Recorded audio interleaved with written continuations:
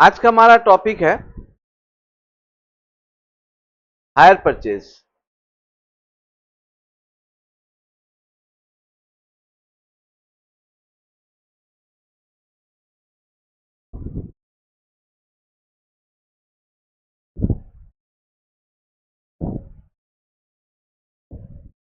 Hire purchase एक तरह का सेलिंग स्कीम है।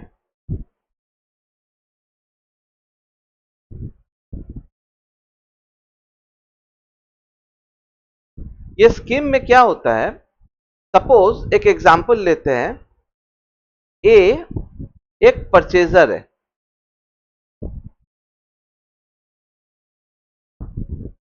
ए एक परचेजर है और बी एक सेलर या वेंडर है। इस एग्जांपल के जरिए हम लोग हायर परचेज को डिटेल में समझेंगे। ए को सपोज एक वैन लेना था, मोटर वैन। एक ए को लेना था। उसका प्राइस है 16 लाख अगर कैश में अगर खरीदते हैं तो। लेकिन ए के पास इतना पैसा नहीं है कि वो एक बार में 16 लाख रुपया देके वो वैन को खरीदे। इन दैट केस वो बी को अप्रोच करता है कि क्या आपके पास कोई एक ऐसा स्कीम है जिससे मैं वैन को इंस्टॉलमेंट में ले सकूं। बी ने बताया कि हाँ, ऐसा स्कीम है। अगर आप अभी डाउन पेमेंट मेरे को 1 लाख का कर देते हैं और बाकी का जो 15 लाख है उसको 3 इंस्टॉलमेंट में दे देते हैं, 5 लाख, 5 लाख और 5 lakh with interest.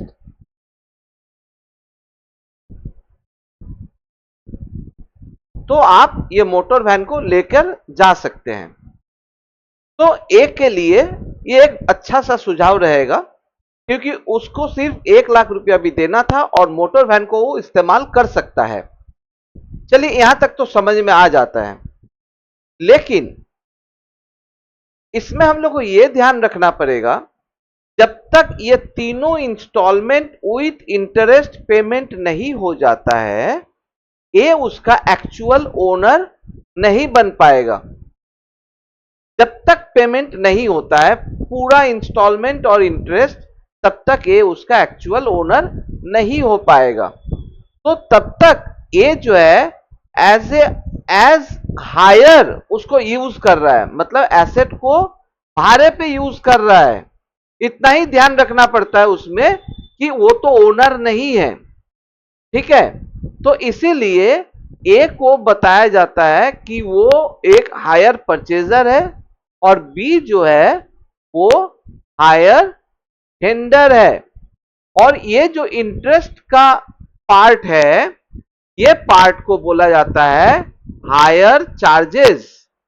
Higher charges.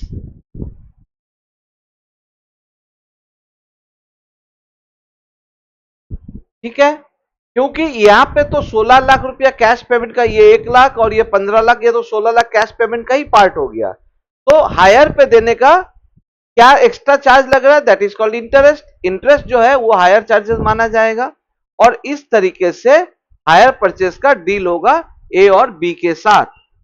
ठीक है, अभी यहां पे एक चीज हम लोग को समझना है कि अगर ए अगर पूरा इंस्टॉलमेंट नहीं दे पाता, इन दैट केस क्या कंसिक्वेंसेस हो सकता है। तो कंसिक्वेंसेस क्या होगा, कंसिक्वेंसेस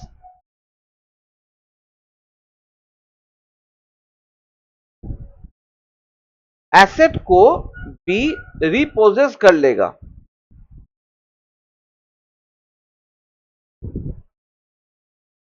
रिपोजेशन ऑफ एसेट, ये बी ले लेगा ए से।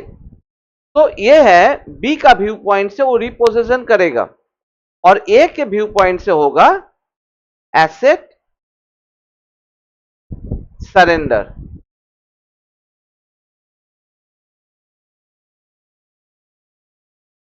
ये ए का व्यू पॉइंट से होगा क्योंकि वो सरेंडर करेगा, और ये बी का व्यू पॉइंट से होगा, वो रिपोजेस करेगा।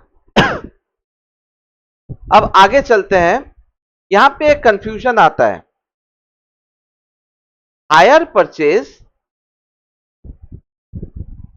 और इंस्टॉलमेंट पेमेंट सिस्टम दोनों को देखने में बिल्कुल सेम लगता है। यहां पे भी इंस्टॉलमेंट में ही दिया जाता है और यहां पे भी इंस्टॉलमेंट में दिया जा रहा है।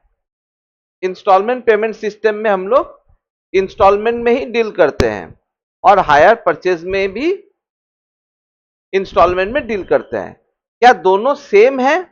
नहीं है, क्योंकि बेसिक डिफरेंस यह है कि हायर परचेज जब होता है, जब तक फाइनल पेमेंट नहीं हो जाता है, ये उसका ओनर नहीं बन पाएगा, परचेजर उसका एक्चुअल ओनर नहीं बन पाएगा।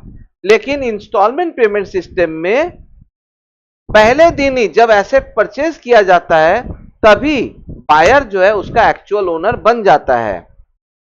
ठीक है, तो फिर सेलर के लिए क्या रेमेडी रहेगा अगर बायर पेमेंट नहीं करेगा? हायर परचेज बताता है कि वो लोग रीपोजेस कर सकता है, सेलर जो है बायर से एसेट को रीपोजेस कर सकता है, रीपोजेशन। लेकिन यहां पे इंस्टॉलमेंट पेमेंट सिस्टम में सेलर बायर को सिर्फ प्राइस के लिए सू कर सकता है, इसके अलावा और कुछ नहीं कर सकता है। तो ये था एचपी और इंस्टॉलमेंट पेमेंट सिस्टम का एक बेसिक डिफरेंस। तो एचपी को आप इंस्टॉलमेंट पेमेंट सिस्टम मत मानना, ये अलग ही है। तो ये था हायर परचेस का एक छोटा सा इंट्रोडक्शन।